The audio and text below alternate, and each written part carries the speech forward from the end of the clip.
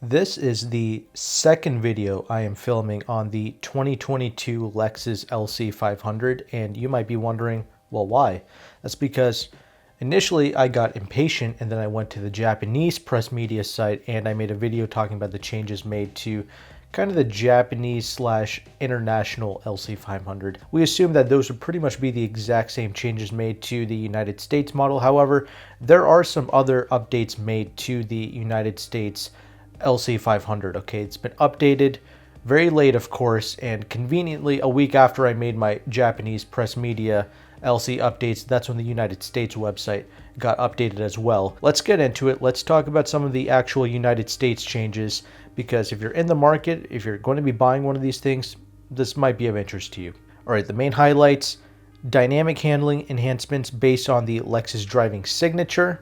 You also have 21-inch forged alloy wheels added to the Sport package. And this is the most exciting part of the 2022 unveiling. They're adding a bespoke building program for the LC 500 customers. So you're going to be able to customize this car more so to your liking. And this is a great thing because the new Corvette offers a lot of customization actually for the customers. A vehicle like the LC kind of deserved this from the beginning. However, me personally, the only interior thing I really cared about was actually the beige interior. That's the only thing I ever wanted with the LC. So as long as they keep offering that, I'm fine. And just about every exterior color looks good, but I get it. A lot of people wanted some more colors and more flair because that interior really is something special. And to be able to add customization to it does elevate it to the next level of luxury. And the vehicle will be starting at $93,050. All right, those are the highlights. Now let's kind of get into it. Into the specifics, if you will. You're going to be getting some additional suspension enhancements. Now, this was true with the Japanese press release as well. They touted many suspension changes. They do have their own driving signature. They really achieve a great balance out in the street. That's one of the reasons why I love the LC 500 so much. It's the perfect street car. The spec sheet freaks, they can never really wrap their heads around it because they're not really driving anything. They're just watching a bunch of videos on these cars, and they fail to understand what real driving means, especially something that's supposed to satisfy out on the street that you drive every day. Many people miss the point, but that's exactly what Lexus tries to nail with not just the LC, but all their cars. So the vehicle dynamic characteristics have been enhanced. The front and rear suspension have been optimized to enhance the ground contact feel, linear steering response, and the steering effectiveness in high cornering G range. All these changes result in a more nimble vehicle handling experience and a sharper connection between the driver and the vehicle. There are many performance upgrades like the Torsen limited slip differential with the Yamaha performance damper. The Sport package of the LC 500 has gotten a lot of changes here. It's going to include the Torsen limited slip rear differential with the Yamaha performance damper, performance brake pads with the Alcantara trimmed seats. For 2022, the Sport package with the glass roof adds the 21-inch forged wheels with polished finish and gloss black accents. The carbon fiber roof will now be a customized option exclusive to the first ever LC bespoke build. Now, what is the bespoke build? It'll be available for the 2022 LC 500 and the LC 500H. Now, all these changes, I just want to let you know, these are actually referring to the coupe models. Later on in this video, I'll be talking about the convertible as well. Now, the bespoke build program will allow the Lexus guests to configure their vehicles with a mix of performance and styling components. The bespoke build is going to be based on the Sport package, which includes the Torsen limited slip diff and the Yamaha rear performance dampers that I already mentioned, as well as the high mu performance brake pads and intuitive parking assist. The all-weather package with the heated steering wheel is now also standard. But now with the bespoke build, you can customize the LC 500's wheels, the spoiler, the roof, the exterior and the interior colors. Certain customization options include the carbon fiber roof, the all-new Manhattan henge interior color, which I believe is that kind of orange interior option. With the Japanese press media site, they were touting this kind of blue and white interior. But here in the United States, we're getting confirmation on this kind of orange interior, which would be very cool with the cadmium orange. But I don't know, I'm still a huge fan of the beige interior myself.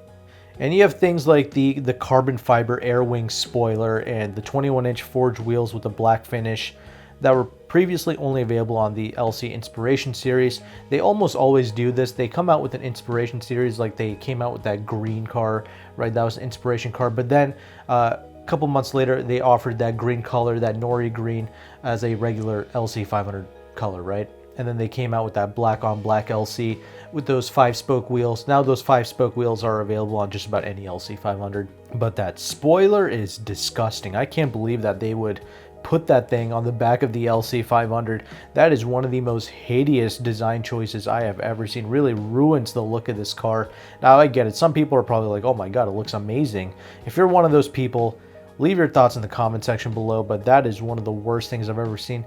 Lexus always offered this kind of carbon fiber lip spoiler for the LC 500. That was fine. I had no real qualms with that. That was a subtle, fine little exterior upgrade, as well as a little carbon fiber plaque that kind of goes inside of the grille. It's like a grill insert, right? For the front, there's like a little carbon fiber piece that you can get, and of course a carbon fiber roof. I had no issues with that, but this new spoiler has got to go. I would never option it with that, but let me know if you like it. Now, these bespoke build automobiles will be distinguished with a unique interior badge that includes a certificate of authenticity printed on the Japanese washi paper and signed and stamped by the LC chief engineer Yasui Moto. I'm sorry, I'm terrible with names, but anyway, that's what you're going to be getting. And this bespoke building configurator will launch on the Lexus website on November 17th. Now, overall, the design of the car doesn't really change. A lot of the B-roll that I'm showing you is on the 2021 model year cars, and that's mostly because, well, the exterior has not changed, right? And nor should it. You know, this car can go on for 5, 6, maybe even a 10-year production cycle, and they really don't have to change the exterior appearance of this car. Many people want them to. I don't understand why. If it ain't broke, don't fix it. But as far as color options goes, you still have 9 options to choose from: the caviar, the smoky granite mica, the atomic silver, ultra white, infrared, nightfall mica, which is like a dark blue, the flare yellow, nori green pearl, and cadmium orange. Cadmium orange is probably my most favorite color, but I don't know, I think I still want that beige interior to go along with it, but that orange interior would match it a lot more anyway. And the rest of the interior, it still has the same quality Takumi craftsmanship with a mostly leather wrapped interior with some Alcantara panels here and there. The available interior color schemes include the black leather, the toasted caramel, which is the one that I always like, the circuit red interior, and with that bespoke build you have the option of getting that orange interior as well. Power hasn't changed. It still produces 471 horsepower and 398 pounds-feet of torque with the 5-liter naturally aspirated V8, 0 to 60, 4.4 seconds. Should be getting 25 mpg on the highway, and that is pretty accurate. Still utilizes that 10-speed automatic. The LC500H doesn't change either. It still has that 3.5-liter V6 engine with the hybrid technology, produces 354 horsepower. Really no point in getting that model. You're really missing the point if you buy the LC500H, but some people seem to like it. If you're one of the few, go ahead. Now, the infotainment does not change, and I like that. I like the current 10.3-inch multimedia display for 2 reasons. First of all, I love the way it looks. I like how it's on a touchscreen, so it never gets dirty. It's kind of hidden behind that glass. It's not sticking up at you like a tablet. And second, I'm one of the few people on this planet that actually loves the current Lexus infotainment systems. I love the touchpad. It's one of the easiest infotainment systems that I have ever used in any car, honestly. The gripes that people have with it makes no sense to me, but I get it. I'm in the minority. Many people wanted the 12.3-inch touchscreen. Maybe they'll add it next year. Who knows? You will be getting the Apple CarPlays, the Android Auto, the Amazon Alexa integrations, all that good stuff. As far as safety tech goes, it's going to come standard with the Safety System Plus on every LC500, and blind spot monitoring and rear cross traffic alert is standard on every single LC. However, one very strange thing is they're still not incorporating a 360 camera with the LC500s. Very strange.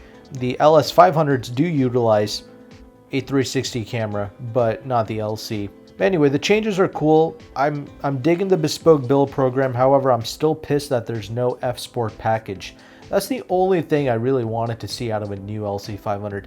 You can keep the looks and all that stuff. I don't care if you don't update the tech.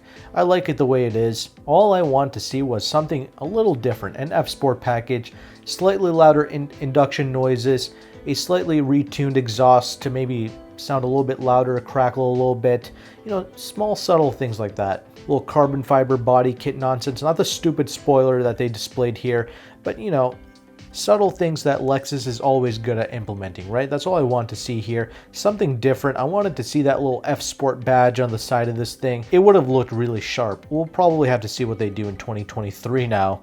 But I guess the bespoke build program, that was a pretty cool implementation. I'll be excited to see what it offers on November 17th when the website opens up for it. Okay, so let's talk about the LC500 convertible for 2022 and let's end this video off. Okay, the 2022 LC convertible is going to have a starting price of $101,100. It says that it's going to be arriving to dealerships late 2021. Well, it is late 2021 at the time of them even releasing this press sheet. Once again, they have given the LC convertible suspension a lot more attention to detail. Really, they're making this car even more comfortable than it already is. For 2021, when I drove the LC convertible, the thing rode like butter. It was so smooth. I mean, it rode like just about any other Lexus product like the ES or anything like that. To make it even softer, I don't know, that seems a little excessive to me, but that's apparently what they're doing. From its dampers and the coils and its bushings, and the unique Yamaha performance damper placed transversely in the rear. The convertible's specially designed components are designed to help ensure comfortable yet sharp road-going performance. A reduction of unsprung weight in the front suspension improves the overall stroke. The weight is now reduced in the rear with the use of lightweight die-cast aluminum for the construction of the suspension tower brace. They have tuned the adaptive variable suspension. It's enhanced to complement the convertible. And once again, they're saying that all these suspension changes result in a nimbler vehicle with a sharper connection between the driver and the vehicle. You know, this is pretty much the exact same stuff that they said for 2021, and what they ended up doing was just making this buttercream machine that was really soft riding, and the connection was there, but I guess this is really nice for people with back issues, right? Or if you're a little bit older, I mean, having that really soft, cushy suspension, this is the most comfortable sports car that you can possibly buy on the market now, hands down. I personally like the way the 2020 rode and the 2019. I thought that was like a perfect blend for a car like this.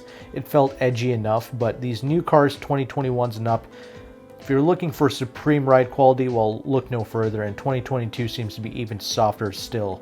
The LC convertible is going to come standard with the 20-inch cast alloy wheels, which I hate the way it looks.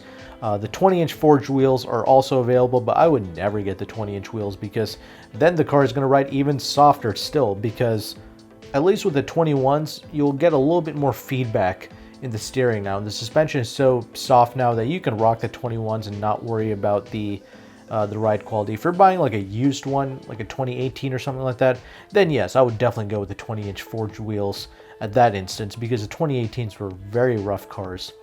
The soft top is very comfortable. You don't have to worry about that. It's literally just as quiet as the coupe. It's maybe like a hair louder, like 1% louder, but it's a really well done convertible top.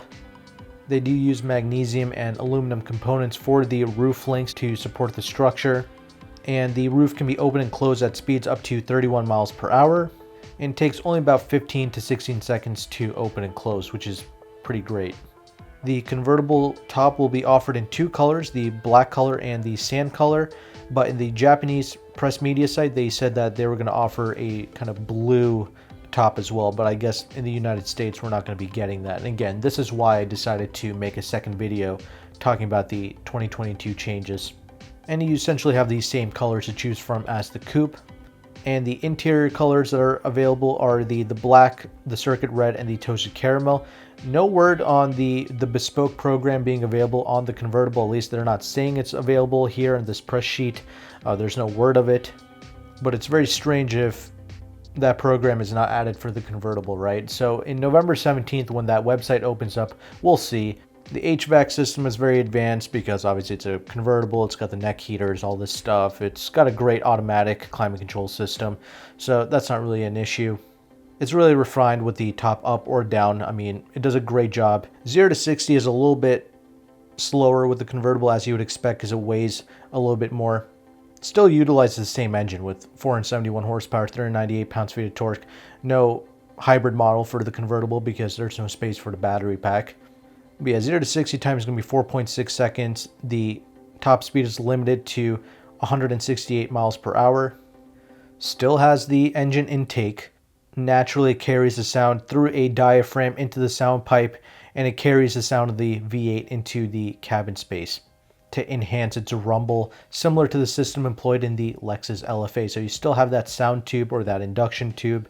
Still has the same 10.3-inch infotainment screen, Apple CarPlay, Android Auto. None of that has changed. Still comes with safety system plus a standard blind spot monitoring, rear cross traffic alert, no 360 camera still. So yeah, those are the changes made to the 2022 LC500 for the United States. That's it. That's the changes. Many things are different from that Japanese media site. So now we have learned a lesson here. Wait for Lexus to update on the US site first. Don't just go off of the European site or the Japanese site, because not all those changes are going to be able to translate over into the US market. So don't be like me. Don't be impatient. Don't go on those other websites. Just wait for the US site to update. But there you go. Those are all the changes. Let me know your thoughts on the 2022 LC. Were you also waiting for maybe an F-Sport model like myself? I don't know, let me know. But thanks again for watching this very long video. Take care and goodbye.